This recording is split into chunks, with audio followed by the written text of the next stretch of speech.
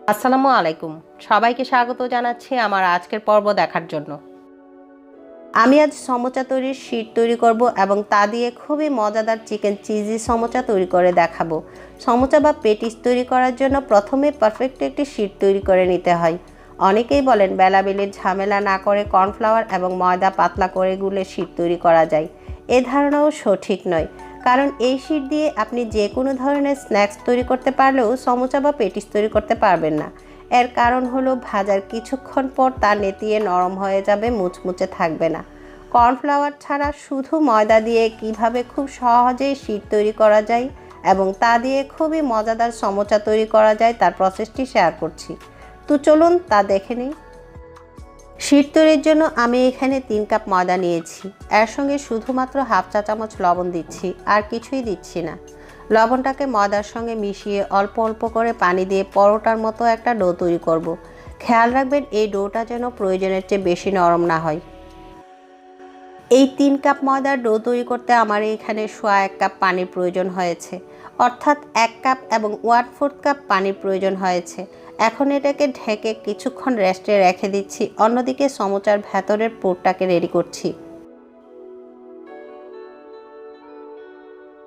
পুর তৈরির জন্য আমি এখানে হাড়সহ 350 গ্রাম চিকেন নিয়েছি। এর সঙ্গে দিচ্ছি 1 চা চামচ করে আদা ও রসুন বাটা। এখন দিচ্ছি হাফ চা চামচ করে লবণ, জিরা, লাল মরিচ ও গরম মশলার গুঁড়ো। পানি দিচ্ছি হাফ কাপ। এতে অন্য কোনো মশলাই দেওয়ার প্রয়োজন নেই। সব উপকরণ একসঙ্গে নেড়ে মিশিয়ে ঢেকে চুলায় বসিয়ে দেব।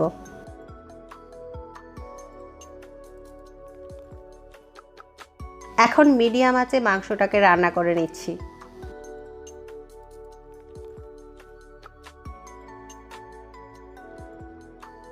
মাঝে মাঝে এইভাবে উল্টে পাল্টে নেড়ে মিডিয়াম আঁচে 10-12 মিনিট রান্না করে নিয়েছি। এই পর্যায়ে মাংস সেদ্ধ হয়ে পানিটাও প্রায় শুকিয়ে গিয়েছে। এখন নামিয়ে রেখে দিচ্ছি। ঠান্ডা হলেই পরবর্তী প্রসেসে যাচ্ছি। এই ডোটাকে 10-15 মিনিট রেস্টে রেখে দিতে হয়, তবে আমি এটাকে মাংস রান্না করার জন্য যতটুকু সময় লেগেছে ততটুকুই রেস্ট দিয়েছি। এতে হয়তো সময়টা একটু বেশিই নিয়েছে, তবে তাতে কোনো সমস্যা নেই। এখন ডোটাকে কিছুক্ষণ ভালোভাবে মথে নিচ্ছি। মথা হলে এইভাবে ছোট ছোট করে 5টি লেচি কেটে নিচ্ছি। 5টি করে আমি একটি ব্যাচ তৈরি করছি। একটি ব্যাচ শেষ হলেই অন্যটি শুরু করতে হবে, একসঙ্গে কিন্তু করা যাবে না। আমি এখানে এই সাইজের লেচি কেটেছি। আপনার রুটি বেলার স্পেস এবং ফ্রাইং প্যানটা যদি খুব বড় হয় তাহলে আরও বড় করে নিতে পারবেন। এতে আপনার শীটগুলোও অনেক বড় হবে। এখন এইভাবে ছোট ছোট করে রুটি তৈরি করে নিচ্ছি। ছোট ছোট 5টি রুটি এইভাবে তৈরি করে নিয়েছি। এখন একটি রুটির উপর এইভাবে তেল ব্রাশ করছি। তেলটা একটু বেশি হলেই ভালো হয়। ব্রাশ করা হলে 1 চা চামচের মতো ময়দা ওপর থেকে ছিটিয়ে এর উপর অন্য একটি রুটি রেখে দিচ্ছি। রুটি বাঁকা বা ছোট বড় হলেও কিন্তু সমস্যা নেই। একটু টেনে টুনে সমান করে মিলিয়ে নিলেই হয়ে যাবে। তবে একসঙ্গে 5টির বেশি রুটি না নেওয়াই ভালো। সেম প্রসেসে সবগুলোকে একটার উপর একটা রেখে দিচ্ছি। সবগুলো রুটিকে একটার উপর একটা রেখে সমানভাবে সেট করে নিয়েছি। এখন হাত দিয়ে চারপাশ চেপে চেপে একটু ছড়িয়ে নিচ্ছি। কিছুটা ছড়িয়ে নেওয়ার পর রুটিগুলোকে বেলে নিচ্ছি। এই পর্যায়ে কিন্তু ঘুরিয়ে ঘুরিয়ে বেলতে যাবেন না, এতে করে সাইডগুলো একেবারেই চেপে বসে যাবে, যার ফলে পরবর্তীতে প্রতিটি পার্ট খুলতেও বেশ সমস্যা হবে। ঠিক এইরকম পরোটার মতো মোটা করে এটাকে আমি বেলে নিয়েছি। অন্যদিকে চুলায় প্যান বসিয়ে গরম করে নিয়েছি। এখন লো আঁচে রেখে রুটিটাকে দিয়ে দিচ্ছি। অপেক্ষা করছি রুটির কালারটা একটু চেঞ্জ হওয়া পর্যন্ত। চেঞ্জ হয়ে গেলে উল্টে দিচ্ছি।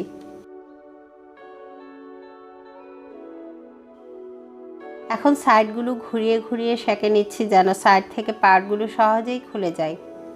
দেখতেই পাচ্ছেন কিছুক্ষণ হালকা গরম আঁচ পেয়ে খুব সহজেই সাইডগুলো খুলে যাচ্ছে। যখন দেখবেন সাইডগুলো কিছুটা খুলে আসছে তখনই নামিয়ে ফেলতে পারবেন। এখন নামিয়ে নিচ্ছি। আমি এখন একটা একটা করে খুলে নিচ্ছি। কত সহজে ইজিলি খুলে যাচ্ছে। ডোটা যদি একটু টাইট বা নরম না হয় এবং ব্যাচ তৈরির সময় তেল ময়দা সঠিকভাবে দেওয়া হয়, তাহলে আপনি এই শিট চোখ বন্ধ করেই তৈরি করতে পারবেন। একটা শিটেও কোনো স্পট থাকবে না। শিটগুলো দেখেই বোঝা যাচ্ছে এগুলো কতটা পাতলা হয়েছে। এই পাশ থেকে কিন্তু ওপাশের হাতের ছাপ স্পষ্টই দেখা যাচ্ছে। এখন অন্য একটি ব্যাচ প্যান থেকে নামিয়ে প্রথমেই কেটে নিচ্ছি। আপনি চাইলে একটা একটা করে খুলে কেটে নিতে পারবেন, আবার এইভাবে কাটার পরও একটা একটা করে খুলতে পারবেন। এই শিটগুলো আপনি একসঙ্গে অনেকগুলো তৈরি করে জিপলক ব্যাগে অথবা পলি ব্যাগে অথবা যে কোনো বক্সে করে ফ্রিজের নর্মাল চেম্বারে 7 থেকে 10 দিন পর্যন্ত এবং ডিপ ফ্রিজে 3 থেকে 4 মাস পর্যন্ত সংরক্ষণ করতে পারবেন। 3 কাপ ময়দা দিয়ে আমি 20টি শিট তৈরি করেছি। প্রতিটি শিটকে আবার 2 ভাগ করেছি। আমার একটি শিটও ছিঁড়ে যায়নি বা কোনো প্রকার স্পটও পড়েনি। এখন সবগুলোকে মাঝখান থেকে কেটে 2 ভাগ করে নিচ্ছি। রেসিপিটির ইনগ্রিডিয়েন্টসগুলো ডেসক্রিপশন বক্সে দেওয়া আছে। আপনাদের কোনো কনফিউশন থাকলে সেখান থেকে দেখে নিতে পারবেন। এইগুলোকে আপনি চাইলে না ফেলে ছোট ছোট টুকরো করে পাঁপড়ের মতো ভেজেও খেতে পারবেন। সেই যে রান্না করে রেখেছিলাম সেই মাংসগুলো থেকে হাড়গুলো ফেলে মাংসগুলোকে খুলে ঝুরঝুরে করে নিয়েছি। এইখানে 1.5 কাপ মাংস আছে। এখন এর সঙ্গে 1.25 কাপ পেঁয়াজ একেবারে ছোট কিউব করে কেটে দিয়ে দিচ্ছি। এর সঙ্গে দিচ্ছি 1/4 কাপ কাঁচামরিচ কুচি। এইখানে ছোট একটা আলু সেদ্ধ করে ম্যাশ করে রেখেছিলাম, এটাকে দিয়ে দিচ্ছি। আমি আমার পছন্দ মতো পরিমাণে ধনেপাতা কুচি দিচ্ছি। এটা আপনার পছন্দ না হলে স্কিপ করতে পারবেন। চিলি ফ্লেক্স দিয়েছি 1/2 চা চামচ। ঝালটা আপনারা আপনাদের টেস্ট অনুযায়ী কম বা বেশি অ্যাড করতে পারবেন। 1/2 চা চামচ লবণ এবং 1 টেবিল চামচ লেবুর জুস দিয়েছি। এখন সব উপকরণ হাত দিয়ে কচলে মেখে নিচ্ছি।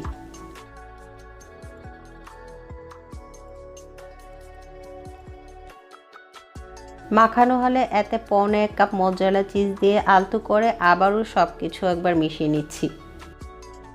আপনি চাইলে এর সঙ্গে গাজর বা ক্যাপসিকাম কুচি করে অ্যাড করতে পারবেন।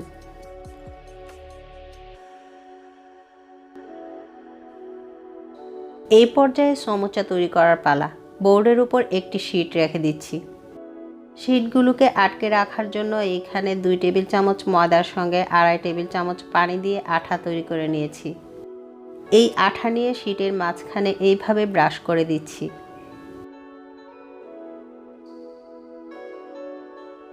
এখন এর মাঝখানে এইভাবে আরও একটি শিট রেখে দিচ্ছি। আমি সমোচাগুলোকে একটু বড় সাইজ তৈরি করার জন্য বক্স আকারে তৈরি করছি। এর জন্য 2টো শিটের প্রয়োজন হচ্ছে। 2টো শিটের মাঝখানে 2 থেকে 3 টেবিল চামচের মতো পুর দিয়ে দিচ্ছি। পুর দেওয়া হলে প্রথমে নিচের শিটটিকে এইভাবে ভাঁজ করে এতে আবারও আঠা ব্রাশ করে নিচ্ছি। খেয়াল করে দেখবেন প্রথমে নিচের শিটটিকে 2 পাশ থেকে ভাঁজ করব এবং এরপর করব উপরের শিটটিকে। আঠা লাগানোর সময়ও খেয়াল করে লাগাতে হবে যেন ভাজার সময় এর ভেতরে তেল ঢুকতে না পারে। এই শিটগুলো দিয়েই আপনি ত্রিভুজ আকৃতির সমোচা তৈরি করতে পারবেন। এর জন্য আপনার একটি শিটই প্রয়োজন হবে।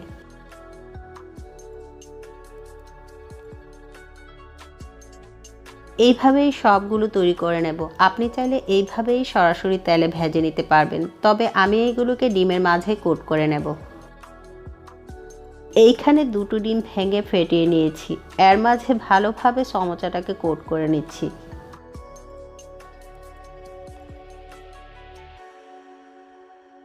এখন ব্রেড ক্রাম্বে গড়িয়ে নিচ্ছি। এইভাবে কোট করে ব্রেড ক্রাম্বে গড়ালে আইটেমটি খুবই আকর্ষণীয় হয়।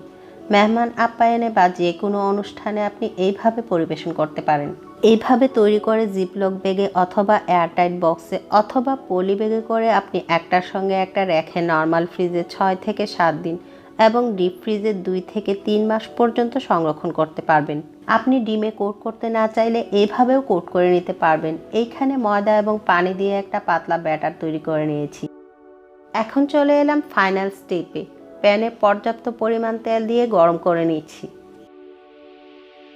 তেল গরম হলে খুবই সাবধানে তেলের মাঝে সমোচাগুলোকে দিয়ে দিচ্ছি। মিডিয়াম আঁচে এইগুলোকে গোল্ডেন ব্রাউন করে ভেজে নেব। রেসিপি সম্পর্কে আপনাদের কোনো প্রশ্ন থাকলে কমেন্ট বক্সে প্রশ্ন করতে পারেন। আমি আপনাদের সব প্রশ্নেরই উত্তর দেওয়ার চেষ্টা করব। খুব সহজ এবং ভিন্ন স্বাদের রেসিপি পেতে প্লিজ আমার চ্যানেলটিকে সাবস্ক্রাইব করবেন এবং বেল আইকনটি অবশ্যই ক্লিক করবেন যেন আমার লেটেস্ট ভিডিওগুলো সহজেই আপনার কাছে পৌঁছাতে পারে। মিডিয়াম আঁচে দুই পাশ উল্টে পাল্টে গোল্ডেন ব্রাউন করে ভেজে নামিয়ে নিচ্ছি।